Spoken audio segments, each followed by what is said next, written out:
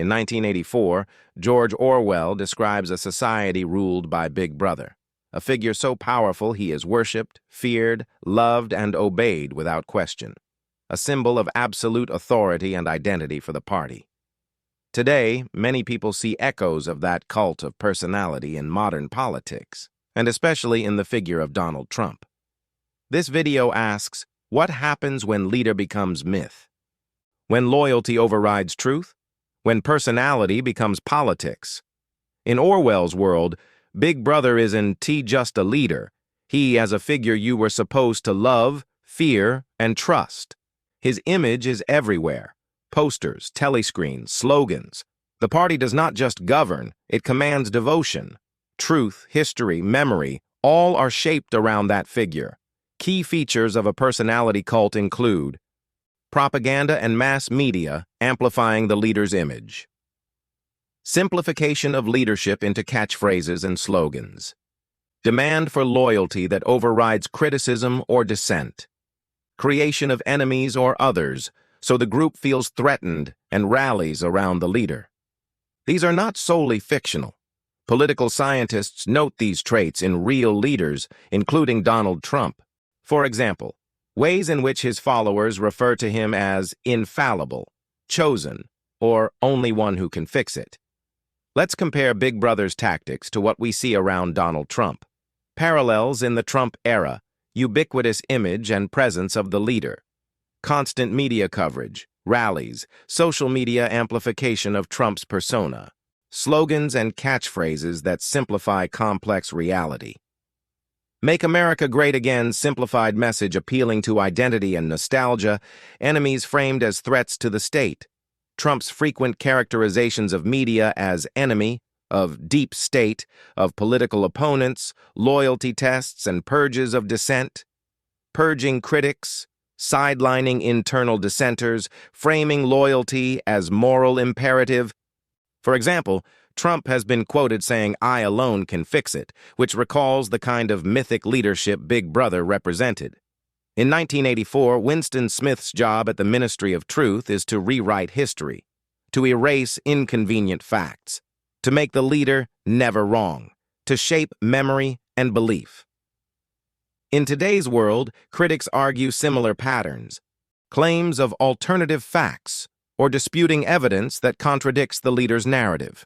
For example, debates around crowd sizes, election results, or policy outcomes where evidence is contested, but loyalty or political benefit outweighs truth. Media being labeled fake news as a way to delegitimize critics or independent reporting.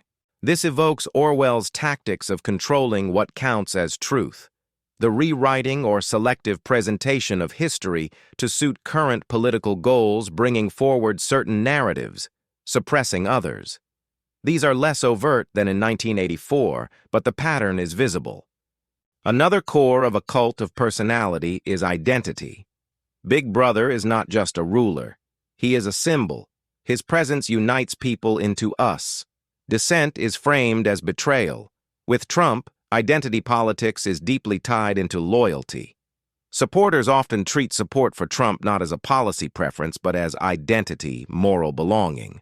To oppose him is viewed by many as disloyal or even un-American. Symbols, flags, hats, slogans become more than decoration. They mark membership. MAGA hats, flags, signs become symbols of loyalty. Big Brother's posters become Trump's rally scenes. The group versus outsider framing is strong. My people versus the corrupt elite, fake news media, deep state others. This mirrors how the party in 1984 constantly uses enemies or threats to consolidate love and loyalty around Big Brother. Why do people fall into cults of personality? Why do contradictions, falsehoods, or loyalty demands often succeed? Some reasons. 1. Emotional appeal over rational argument. Fear, anger, hope, identity matter more than facts. 2. Social reinforcement. When everyone around you supports the leader, dissent feels dangerous or lonely. 3. Media echo chambers and selective exposure. You hear what you want or what you're shown, not what's necessarily true. 4. Control over narrative. If enough people believe a claim, it becomes hard to dispute. The danger, as Orwell warned, is that the more loyalty to personality over truth, the easier it is for power to go unchecked. Once people stop critically thinking, once institutions are weakened, once dissent. In 1984, Winston Smith is broken. The cult of personality around Big Brother is total. His love, loyalty, obedience are all demanded and extracted. We are not there, not yet, but many parallels are unmistakable. The idolization of leaders, the rewriting of narratives, the insistence on loyalty, the suppression of dissent, these are paths Orwell warned us about. So what can you do? Question slogans. Don't accept simplified narratives without evidence. Diversify your information sources. Seek out independent voices. Value truth over loyalty. It's hard, but essential. Hold authority accountable. Demand transparency. Challenge narratives. Because Orwell's message wasn't just a warning about a dystopian future, it was a call to protect humanity. Thought, truth, memory, individuality. Do you see the cult of personality in today's leaders? What examples stand out to you? Drop them in the comments below. Like, share, subscribe if you believe in thinking critically.